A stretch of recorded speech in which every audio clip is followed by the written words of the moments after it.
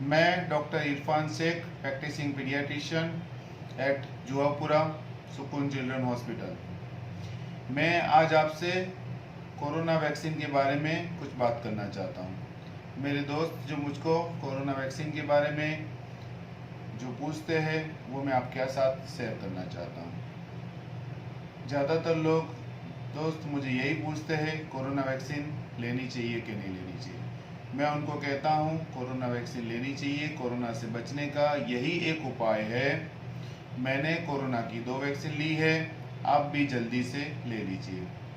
उनके बाद ज़्यादातर उनका पहला कंसर्न यही होता है कि वैक्सीन की वजह से कोई इमीडिएट रिएक्शन होता है कि नहीं होता है। मैं उनको कहता हूं कि मुझे कुछ भी नहीं हुआ था, कोई रिएक्शन नहीं हुआ था, लेकिन कई लोगों को वैक्सीन लेने के बाद 24 टू 48 आवर्स तक में हल्के रिएक्शन हो सकते हैं, जैसे कि सर का दुखना, बुखार आना, शरीर में वीकनेस लगना। लेकिन ये सब चीज़ें 24 टू 48 आवर्स में सही भी हो जाती है। तो ये जो हल्के रिएक्शन है उसके बारे में चिंता करने की ज़्यादा आवश्यकता नहीं है। इंडिया में करोड़ों लोगों ने अभी तक वैक्सीन ले लिया है। कई का ऐसा सवाल होता है कि हमने सुना है कि वैक्सीन लेने के बाद कई लोगों की मौत हो गई। तो मैं उनको कहता हूं कि इंडिया में कोरोना वैक्सीन की ड्राइव जनवरी मिड में चालू हुई थी।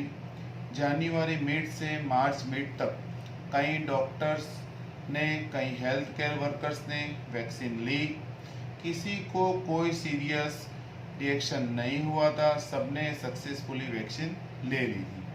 लेकिन मार्च में ऐसा हुआ, मार्च में अपने वहाँ कोरोना की सेकेंड वेव स्टार्ट हुई। कई लोगों को कोरोना हुआ, उनको पता नहीं था, वो वैक्सीन लेने चले गए। अब कोरोना की वजह से जो उनको तकलीफ हुई वो उन्होंने वैक्सीन की वजह से समझ ली, और यही मिसअंडरस्टैंडिंग की वजह से वो वैक्सीन को दोष देने लगे।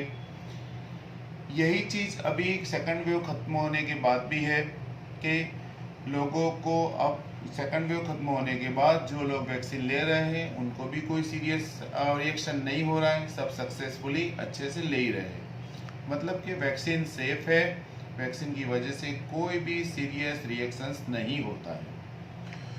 उसके बाद कई दोस्त मुझे पूछते हैं कि हमको कौन सी कंपनी की वैक्सीन लेनी चाहिए।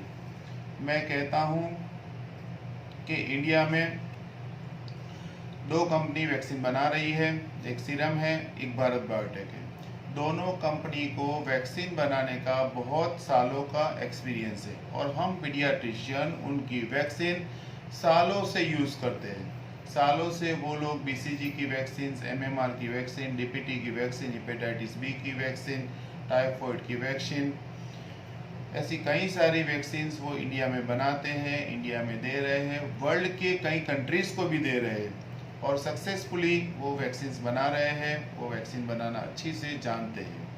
तो वैक्सीन बनाने वाली दोनों कंपनियां अच्छी हैं। वैक्सीन बनाने का लाइसेंस लेना भी एक बहुत ही कॉम्प्लिकेटेड प्रोसेस में से गुजरना पड़ता है। कई सारे टेस्टिंग होते हैं, उसी के बाद वैक्सीन बनाने की परमिशन मिलती है। तो वैक्सीन के ऊपर वैक्सीन दोनों कंपनियां वैक्सीन बनाने वाली अच्छी वैक्सीन बना रही है। कोविशील्ड, कोवैक्सीन दोनों वैक्सीन अच्छी है, किसी के अंदर भी कोई प्रॉब्लम नहीं है।